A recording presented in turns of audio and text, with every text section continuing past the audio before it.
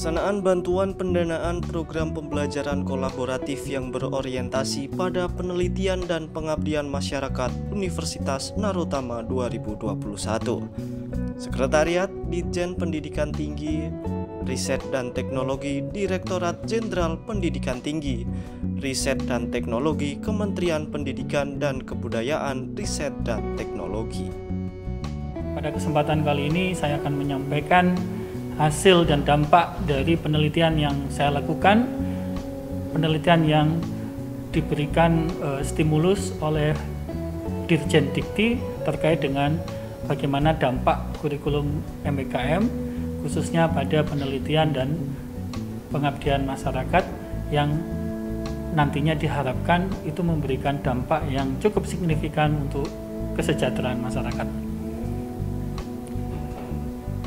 Di dalam penelitian yang saya lakukan, saya mencoba melihat hubungan bagaimana pengaruh tingkat pemahaman mahasiswa, dosen, dan seluruh stakeholder yang ada di dalam Fakultas Ekonomi, Hukum, Pendidikan, dan Bisnis dari Universitas Narotama terhadap loyalitas daripada student dan dosen yang ada di dalam Universitas Narotama, khususnya Fakultas Hukum, Ekonomi, dan Pendidikan, loyalitas dalam kaitannya untuk menjalankan kurikulum MBKM ini dengan baik sehingga capaian daripada IKU MBKM bisa dapat tercapai.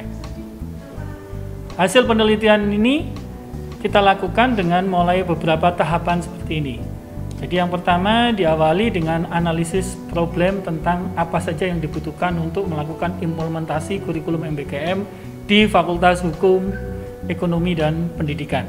Kemudian setelah itu kita lakukan collecting data, kemudian studi literatur dan dokumentasi, kemudian collecting data untuk kuantitatif dan kualitatif. Dari situ kemudian dibuatlah desain daripada model bagaimana pembelajaran kolaboratif yang efektif sehingga nanti bisa mencapai tujuan daripada IKU MBKM. Setelah ditentukan modelnya, maka kemudian dibuatlah FGD dan simulasi. FGD dan simulasi di sini itu adalah untuk mendapatkan masukan dari dosen dan mahasiswa khususnya bagaimana supaya nanti ketika diimplementasikan kurikulum MBKM ini benar-benar bisa dijalankan dengan baik.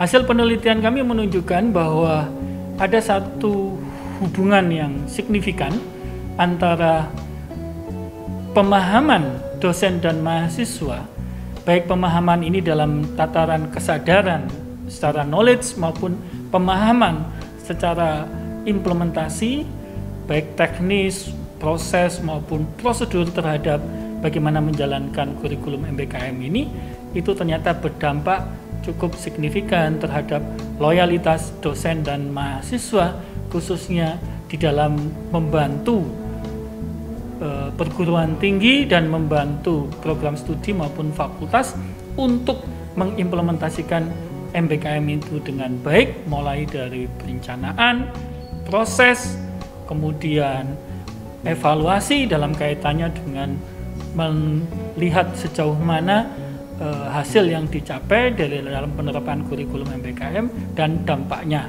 Nah, di situ terlihat sekali bahwa ketika seorang dosen dan mahasiswa dia mengikuti dan memahami panduan dan prosedur dengan baik, maka itu akan meningkatkan loyalitas dosen dan mahasiswa di dalam menjalankan kurikulum MBKM ini.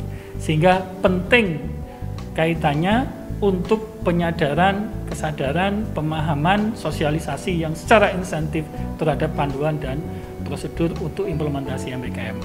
Jadi ini yang bisa saya sampaikan dari hasil penelitian saya terkait dengan pendanaan program penelitian dan dampak kurikulum MBKM terhadap peningkatan penelitian dan pengabdian masyarakat yang berdampak juga kepada masyarakat. Sekian dari saya. Terima kasih. Assalamualaikum warahmatullahi wabarakatuh.